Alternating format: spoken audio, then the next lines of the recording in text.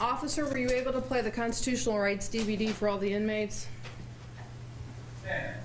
Okay, very good. Our first case this morning is State of Ohio versus Ashley Quick, 19 CRA 02620.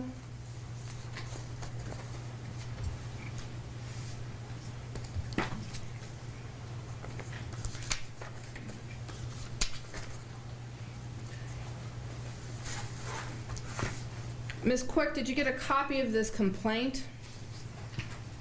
No. Officer, can you make sure that you serve a copy of the complaint on Ms. Quick this morning?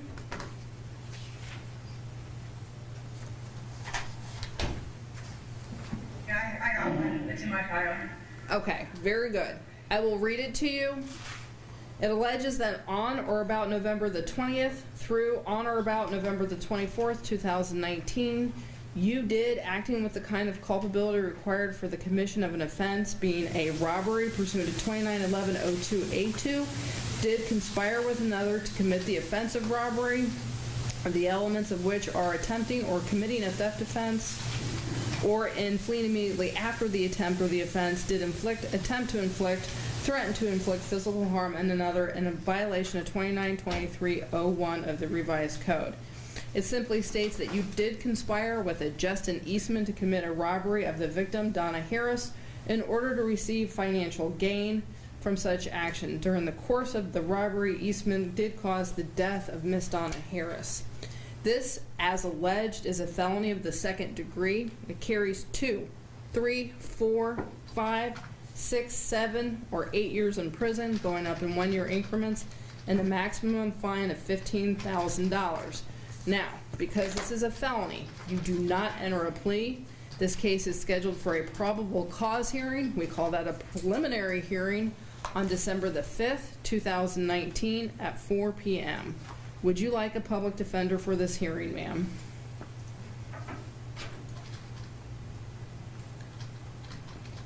Would you like a public defender, ma'am?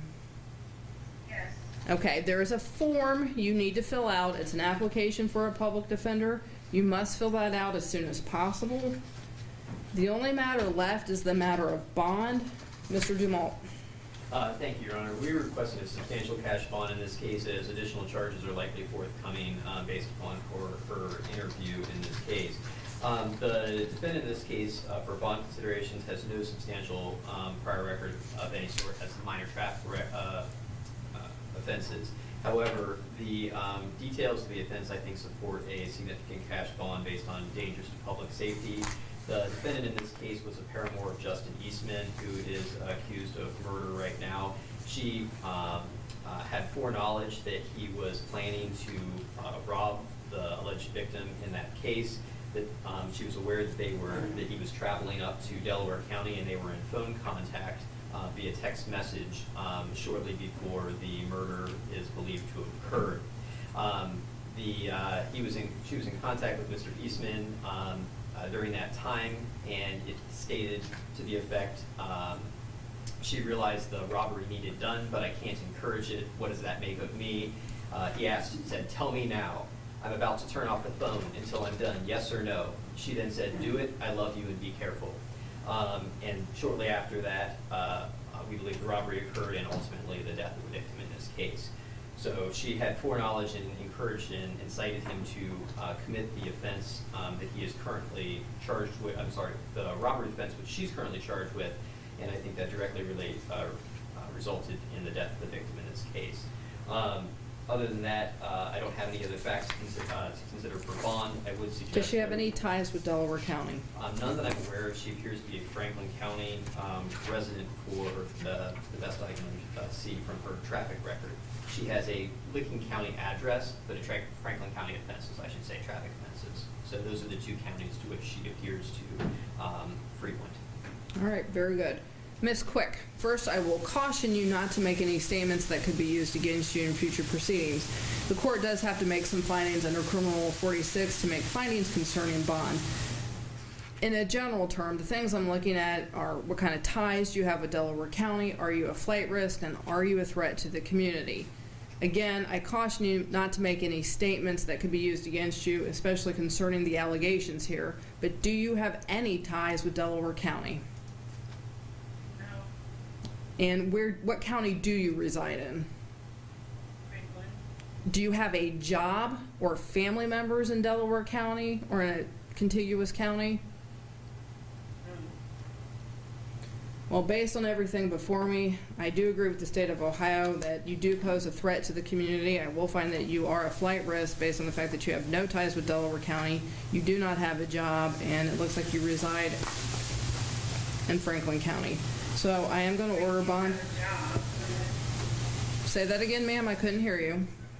I do have a job. I babysit 5 kids. Is that regular employment? Are these your children, other children? Do you work for a business, or is this out of a home?